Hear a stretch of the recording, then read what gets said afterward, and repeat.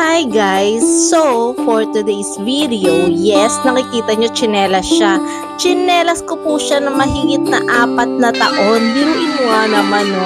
Nagsasama ang aking mga paa at ang tsinelas na yan sa mahigit na 4 na taon. Biruin mo nga naman yan. Napakatagal na pagsasama talaga naman, no? Sa sobrang tagal naman ng tsinelas na yan, kitang-kita nyo naman na bakbak na siya, napudpud na siya, nabutas na siya, lahat na ng mga nasira nasa kanya na. Pero in fairness, nagagamit ko pa rin naman siya. Kaya nga guys, naisipan ko na siyang palitan at pagpahingahin. Kaya ngayon guys, samahan nyo ako sa isang araw na journey ko kung paano at saan ako bibili ng bagong tsinelas pampalit doon sa 4 na taong ginamit ko. Sa mga oras na yan, kakatapos ko lang maglinis ng katawan, kaya ng mga oras na yan ay magpapalit na ako ng damit na pang-alis ko para makagora na tayo sa pagbibili ng bagong tsinelas. Dahil sa tumaba ako ng konti, pipilitin kong suotin ng pants na to dahil isa ito sa mga favorite ko. Dahil sa good mood ako, mapapasayo ka talaga ng oras niyan. So ayan na nga guys, nakita nyo naman. Naglinis na ako ng katawan, nagbihis na ako, at ihanda ko na rin yung mukha ko kasi nga, yun na nga, para makabili ako ng tsinelas ko dito sa bahay. Nakita nyo naman, di ba? Ginamit ko yun ng mahigit 4 years na tsinelas. So, sumusuko na siya, kaya kailangan ko nang bumili ng tsinelas dito. Tapos yan guys, mukha ko naman yan guys. Mukha ko naman ang asikasuhin ko. Siyempre, hindi naman pwedeng lalabas tayo na wala tayong kaayos-ayos. At the same time kasi magsisimba rin naman ako, kasama ko si mama. So, okay lang yan. Isabay ko na yung pagbibili ko ng tsinelas ko kasi naawa na rin ako sa paa ko. Kung nagsasalita lang yung paa ko, malamang sasabihin niya, palitan mo na yung tsinelas dahil nahihirapan na kami, may mga butas-butas na ganyan. Kaya ang gagawin ko is yun nga, papalitan ko rin tsinelas ko. Mag-aasikaso muna ako ng mukha ko, syempre. Kailangan maganda tayo pag lalabas ng bahay. Yung mga musipin ang gagawin natin. Kaya lang habang nag-make up tayo, grabe. Grabe ang pawis tumatagal. Grabe diba?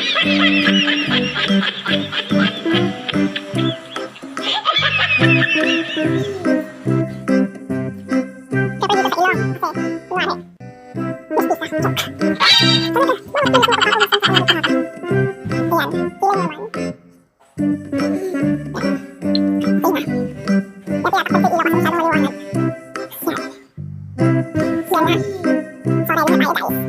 Ayan, feeling naman. Ayan na guys, tapos na ako mag-makeup niyan, lahat-lahat na, nakatali na rin ako. Kukunin ko na yung bag ko para mag-asikaso na rin ako at ma-check ko kung nandyan ba naman ang wallet ko kasi masasayang lang kapag wala ang wallet ko dyan tapos aalis ako, di ba guys? Yan na at lilisanin ko na ang aking kwarto. Bye-bye guys, kita ulit mamaya sa labas. Nag-drive na kami ng e-bike papunta ng kanto dahil sobrang init naman kung maglalakad pa kami. At di sa e-bike meron niyang bubong, di ba?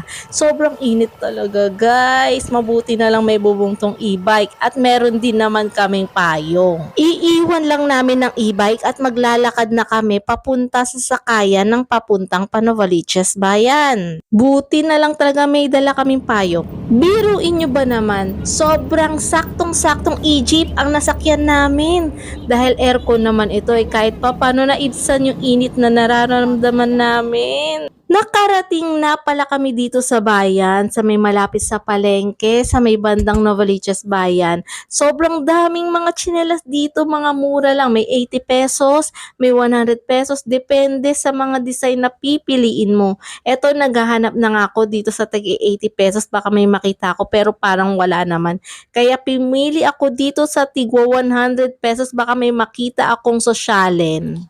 Eto na nga guys, parang may nakita ang aking mga mata, na bet talaga ng aking mga mata. Itong kulay itim na parang mayroong mga balahibo ng mga aso o pusa ba yun? O diba parang siya ang design ko. Yun na nga, bet ko na siya. Kaya nagsabi ako kay kuya na size 5 kasi size 5 naman talaga ang aking mga paa. Kaya sabi ko kay kuya, get yung ko na yan dahil bet ko naman talaga. Tapos na ang aking pagpili, kaya etong si mama tumitingin. Kaya sabi ko, mama, kumuha ka na rin naman. Tutal, nandito ka na rin at kasama ko. Noong una ayaw pa ni mama, pero dahil naman sa pangungulit ko at dahil naman siguro gusto niya rin naman talaga kahit sinasabi niyang ayaw niya, ayan na nga, kumuha na si mama. Sinasabi lang yan ni mama na ayaw niya, pero deep inside gustong gusto niya. Alam nyo guys, eto ang problema ko kay mama. Parang dalaga kong mamili. Daig pa naman talaga ako. Ang tagal niya kayang mamili sa mga oras na yan. Grabe, nakailang suot siya kaya. Sa wakas, after ng mga ilang minuto, may nagustuhan din si mama. Ayan na nga, at magbabayad na ako. Pupunta na ako sa cashier at magbabayad na ako ng aming tsinelas na napili. Sinubukan ko talagang tumawad pa dyan, pero hindi ako pinatawad ni ate. Pero okay lang, kahit papano maganda-ganda rin naman ang napili namin. Hindi na rin naman kami lugi doon, di ba? Kahit papano. Ayan na, at tapos na kami sa tsinelas era namin at nakaramdam naman kami ng gutom. Kaya go for the gold na at pumunta kami sa Mang Inasal para kumain. Ako na rin naman talaga ang pumila dahil si mama napapagod na sa kakalakad, kaya pinaupo ko na lang muna.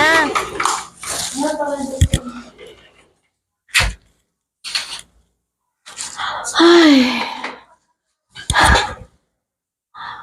nakakapagod.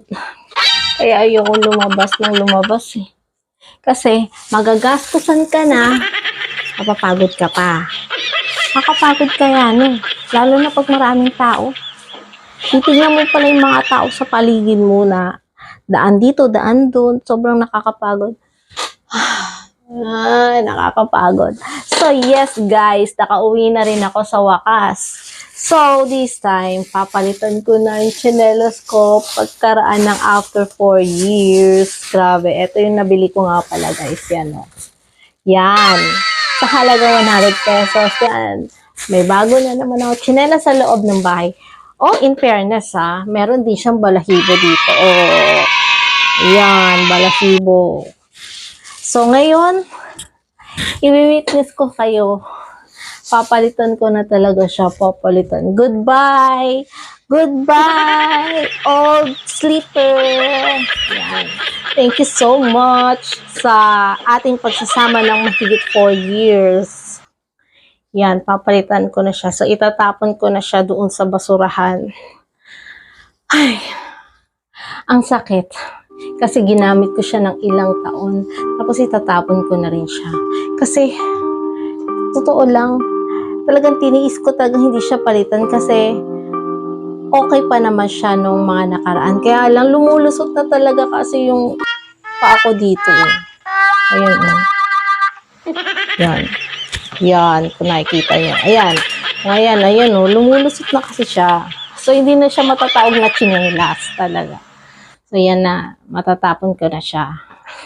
Tatapon ko siya. Pero bago yan, yung bag natin is ilagay muna natin doon sa aparador. Hinihingal ako, grabe. Kasi sobrang nakakapagod naman talaga. Nakakapagod talaga lumabas. Alam niyo yun, guys.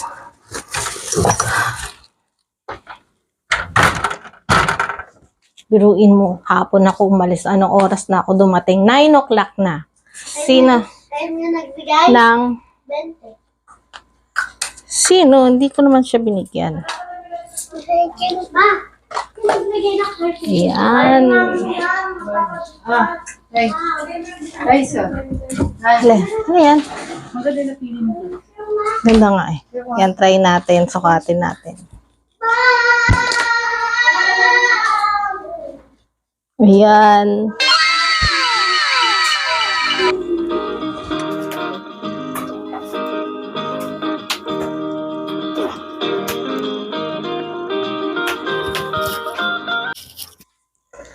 Ay, ang init.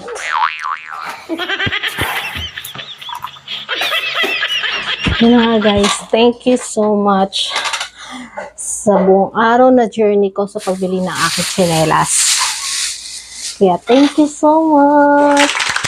Thank you so much sa pagsama sa akin guys. So, next video ulit. Kaya, please subscribe to my YouTube channel and share this video. Thank you guys! Bye-bye!